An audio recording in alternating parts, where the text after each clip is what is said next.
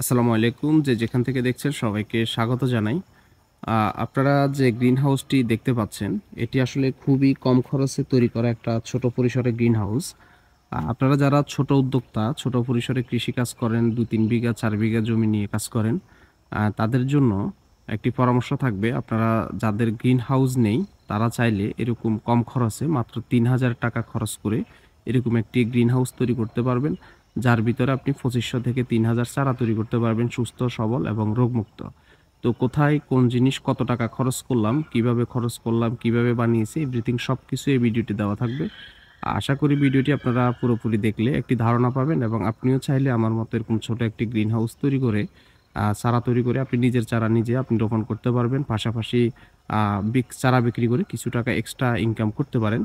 তো সেটি আমি আপনাদেরকে দেখাবো এখন। আপনারা দেখতে পাচ্ছেন এখানে যে সাদা পলিটা ব্যবহার করা হয়েছে, এটি হচ্ছে ইউভি প্রোটেক্টেড, অর্থাৎ গ্রিন হাউসের যে অরিজিনাল প্লাস্টিক সেটি ব্যবহার করা হয়েছে। এটি হচ্ছে ৯ ফিট বাই ৯ ফিট একটি প্লাস্টিক। এটির দাম হচ্ছে ৳১৪০০। তারপর আপনারা চারপাশে দেখতে পাচ্ছেন আমি বাঁশ ব্যবহার করছি। তো এখানে আমার খুব বেশি বাঁশ লাগে নাই। মানে মোটামুটি ৳৪০০-৫০০ মতো বাঁশ লাগছে। মানে ২ টা বাঁশ লাগছে আরকি ছোট পরিসরে।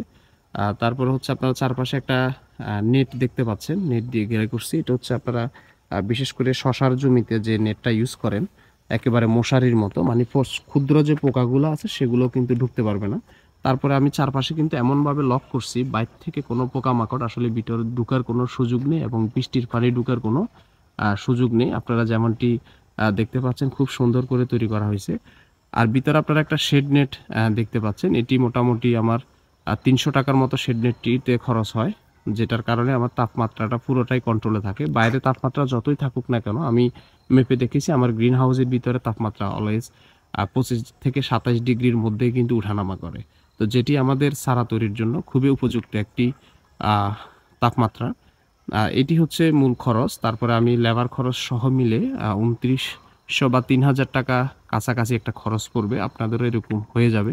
তো আপনারা চাইলে অনেকে হয়তোবা এই সামান্য ৳৩,০০০ জন্য আপনারা এটি করেন না বা অনেকে কিভাবে করবেন এটা বুঝতে পারছেন না। তাদের জন্য আসলে ভিডিওটি করা। যেন তারা এই গ্রিন হাউসটি দেখে আইডিয়া নিতে পারেন।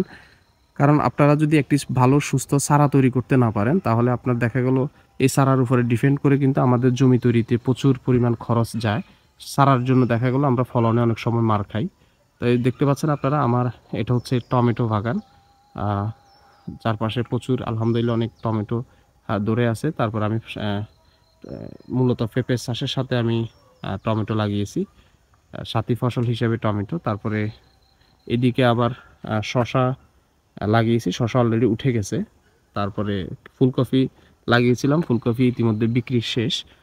তারপরে এখন আমার বিক্রি হচ্ছে ক্যাপসিকাম। আলহামদুলিল্লাহ অনেক ভালো ফলন পেয়েছি। প্রত্যেক গাছে কিন্তু ১.৫ কেজি ২ কেজি করে ক্যাপসিকাম ধরে আছে। মাঝখানে যেটা আপনারা খালি দেখতে পাচ্ছেন এটাতে আমি ফুলকপি করছিলাম। তো আপনারা যারা ২-৩ বিঘা নিয়ে করেন, তারা চাইলে এরকম একটি ছোট পরিসরে সুন্দর একটি গ্রিন হাউস করতে পারেন। তারপর আমি আপনাদেরকে দেখাই, দেখেন গ্রিন হাউসের কারণে আমার চারার গ্রোথ, আজকে আমি বীজ দিয়েছি শসার বীজ মাত্র ২ দিন। ২ দিনের মাথায় দেখেন শতভাগ বীজ থেকে চারা বের হয়েছে। আপনারা এখন একটু সন্ধ্যা হয়ে গেছে, আমি একটু জুম দিয়ে আপনাদেরকে দেখাই। মানে ২ দিনের মধ্যে মোটামুটি 90% চারা বের হয়ে গেছে। আগামীকালকে আশা করছি সবই বের হয়ে যাবে। এদিকেও আজকে আবার নতুন করে চারা দিলাম। তো এই হচ্ছে অবস্থা। আপনারা চাইলে আমার মতো করে একটি গ্রিন হাউস করতে পারেন। যারা এরপরও বুঝতে পারছেন না কিভাবে কি করবেন, আপনারা কমেন্টস করে অবশ্যই জানাবেন। আমার ফেসবুক কিংবা ইউটিউবে গুলশান এগ্রো চ্যানেলে আপনারা কমেন্টস করবেন। তাহলে আমি বিস্তারিত আপনাদেরকে জানিয়ে দিব কিভাবে কি করবেন। যদি কোনো পরামর্শ লাগে অবশ্যই হেল্প করব। আসসালামু আলাইকুম।